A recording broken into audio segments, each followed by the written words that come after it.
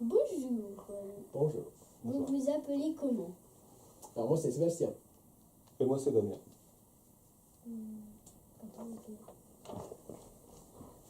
Vous travaillez où? Alors moi je conduis les cars chez Transport Maury. Et moi je fais des gâteaux à Péole. Voilà. Vous faites quoi dans la vie en dehors du foot? Moi du foot. Non, après moi j'aime bien me balader, me promener, surtout marcher quoi. Marcher, faire du vélo. Et sinon, du foot. Moi je fais rien de plus. Comme tout le monde en fait. On se balade. Voilà. Et du foot. Comment ça se passe dans votre travail de coach? Comment ça se passe? Ouais.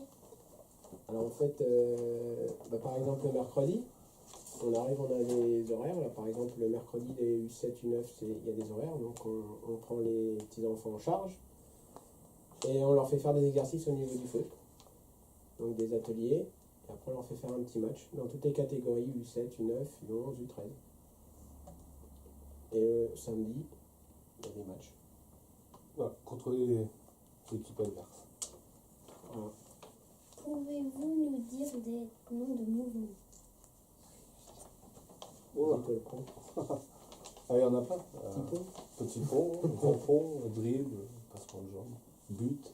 tac, tac et tac. Vous savez tout ce que c'est? Oui. Ah oui. Je sais sur les jeux vidéo. Tu as? Je blende des gens dans les jeux vidéo en faisant des tables. Ah, vraiment. Tu vois? D'accord. Aile de pigeon, reprise de volée. Voilà. Retourner. Et vous en connaissez d'autres? Peut-être. Ouais. La poitrine. Le genou. Contrôle de la poitrine. Ouais. Ou genou. Combien as-tu gagné de matchs? Alors avec l'équipe des U11 par exemple, moi je m'occupe des équipes U11. Dans la saison, je sais pas, tout ce que je sais c'est que la première saison on a dû finir deuxième du groupe parce qu'on est monté d'un groupe. Et la deuxième on a dû en perdre à peu près. On a dû en gagner la moitié et en perdre la moitié. C'est ça Tanguy? T'es avec moi? C'est à peu près ça? Ouais. Parce que c'était un peu plus dur la deuxième partie de saison, mais après le nombre exact, je l'ai pas de tête. Depuis combien de temps fais-tu du foot? Alors moi je joue plus au foot. Toi t'en as fait Moi combien? j'en ai fait 30 ans. 30 ans. Voilà. C'est beaucoup. Moi j'en ai fait pendant une dizaine d'années quand j'étais plus jeune. J'avais commencé à 12. Dernière Une question, dizaine vous d'années. n'avez pas Ouais. marqué. Ouais. Elle peut marquer. C'est une question mais pas marquée. Voilà. On l'a inventé tout à Question l'heure. piège. Vas-y. Savez-vous chanter la Marseillaise? Ah oui? Sébastien chante très bien. Non, non. Pas chanter Bah, là? chantez là. Illustration. C'est vrai? Oui. Ah bah non, on va pas chanter. Chantez là. Ah, Mais vous le la drapeau et chantez- tout. Ah, Ouais. ouais. Et vous la connaissez? Ouais? Non. Ah bah, normalement à l'école vous devez l'apprendre. Non. Même pas la moitié. Tu connais pas la moitié? Ah bah pourtant tu regardes l'équipe de France en ce moment. Ah ben faut la imprimer sur un papier et puis regarder le soir. Début. Allons aux enfants de la patrie, et le jour de gloire est arrivé. Voilà. Entre nous deux là, Thierry. Voilà. U7 c'est 6-7 ans, c'est ça? Il y a eu 6 U7, donc 6-7 ans, U8, U9, 8-9 ans, U10, U11. C'est ce qui correspond anciennement, c'était Poussin, Benjamin, oui, le c'est les catégories d'enfants en fait. pupille, mini, cadet en fonction de leur âge quoi. Comme au basket. Je sais pas en basket, C'est ça, basket. ils font comme ça aussi? Oui, il y a débutants, poussins, Voilà. après Mais il y a ils Benjamin. parlent encore de débutants, pupilles, oui. mini. Est-ce qu'en foot maintenant c'est comme ça? Pourquoi je sais pas, mais c'est ça. U7 par exemple, Tanguy, tu as quel âge? Donc toi tu es dans la tranche d'âge, comme il va avoir 10 ans cette année, il est U10. Donc c'est en fonction des âges quoi, tout simplement. Donc les Voilà. U6, U7, U6 c'est les premières années, U7 des deuxièmes années. Alors les matchs, on a un petit championnat. Ouais, voilà. On fait, généralement c'est un complet dans les alentours pour pas faire trop de kilomètres, mais on va jusqu'à La Roche-Bernard. Par exemple, c'est Basilène là-bas, ce qu'ils appellent. Sinon on tourne autour, Péole, Noyelles-Musillac, Yac, Minerzelle, on peut aller à Molac, on va à Pleurlin, on va à l'air. tout ce qui est secteur en fait. On a des réunions de secteur. Saint-Jacques aussi pour le truc. Saint-Jacques aussi, ouais. Donc on a des réunions de secteur tous les 3 fois par an et puis des tirages au sort. Et on fait des mini-championnats quoi. Comme les grands parents. Voilà. Et à la fin de saison, on fait les tournois. Comme l'école avec les évaluations. Voilà, si tu veux. C'est tout ce qu'on a appris et après on fait les évaluations. Voilà. C'est comme ça que ça fonctionne en fait. Entraînement le mercredi et championnat le samedi. Ça les habitue à vivre un peu ensemble quoi. Malgré les résultats. Des fois les défaites ça sert aussi à apprendre aux gamins de on peut pas toujours gagner et c'est pas pour ça qu'il faut se fâcher parce qu'on perd un match quoi. Donc tout ça on leur apprend un peu le mercredi aussi en même temps. C'est pas toujours facile mais hein. C'est vrai. Oh, c'est déjà un accueil avec l'enfant, puis on lui apprend les bases, et puis le tout c'est que les enfants s'amusent au début, après la compétition c'est... Jusqu'à 8-13 ils appellent ça foot animation en fait. Donc il y a un petit championnat. Enfin, c'est pas un vrai championnat quoi, il n'y a pas vraiment une compétition. Ils font un petit championnat. Enfin, ils appellent ça de l'animation plus qu'un championnat. Mais bon, il y a quand même des matchs avec un petit. Normalement, il n'y a pas de classement en fait. Vous avez quel âge? Ah, tu me donnes quel âge? Je sais pas moi. 40 ans. Bien, je vais les avoir au mois d'août. Et 38 Bien, ans. toi. Donc après, tu feras comme nous, après, tu prendras la relève. Le mercredi. Non? On charge du monde, tu sais, il n'y en a pas beaucoup, hein, des fois le samedi et le mercredi. Après, les parents, c'est pas évident de les. Enfin, après, il faut avoir le temps, un peu plus le temps aussi. Donc, Moi, je veux pas s'occuper comme toi des des 11. Bah, il y a de la place cette année s'il veut. Ah ouais? Et vous faites. Non, toi, tu faisais du foot. Oui. L'année prochaine, tu arrêtes, je crois. Non, il a déjà arrêté. T'as déjà arrêté, tu fais la musique maintenant. Oui. C'est ça? C'est ce qu'on a dit. Moi, je fais du foot. Tu fais du foot? Oui. Ah ouais. Et toi, tu fais du sport? Ouais. Et fais fait de quoi? la piscine. La piscine? La piscine et la zumba. Ouais, c'est bien. Faut faire un peu de sport.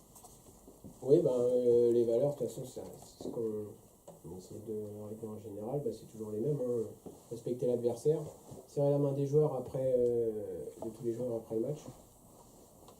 Et puis évidemment, pas gueuler, pas s'engueuler sur le terrain. Respecter les règles. Essayer tout le monde. Et puis voilà, quoi, le respect en fait. Tout simplement, déjà en priorité le respect. Le respect des autres. Respecter les règles et le respect des autres. Quand on a déjà ça, c'est bien. En règle générale, faut pas se plaindre. Ça se passe bien, voire plus que bien. On a très rarement, voire j'ai jamais eu de problème particulier, moi, avec les enfants ou même les dirigeants, ça dépend. Mais avec les enfants, non, ça va. C'est pas bien. Bah, arbitrer le match, c'est lui qui connaît les règles, voilà, c'est lui qui dit s'il y a faute ou quoi. Au niveau des enfants, c'est les dirigeants qui Et le font. aussi, ils grondent. Si on vu que des fois, il y en a qui répondent aux. Ah, ça, Bah normalement, mais ouais, jusqu'à la tranche de 15, c'est un but officiel.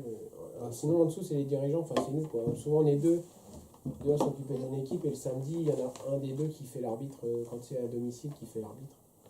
Non, une fois, Mais maintenant, je crois qu'à partir des U15, ils prennent un joueur, ils vont prendre un joueur, je crois, de l'équipe. Ah oui, ouais. Pour les éduquer, pour les habituer, enfin pour leur montrer ce que c'est que l'arbitrage et comme quoi c'est pas toujours facile et ça sert à rien de gueuler après l'arbitre, ce qui s'aperçoit un peu de la difficulté aussi d'arbitrer quand même.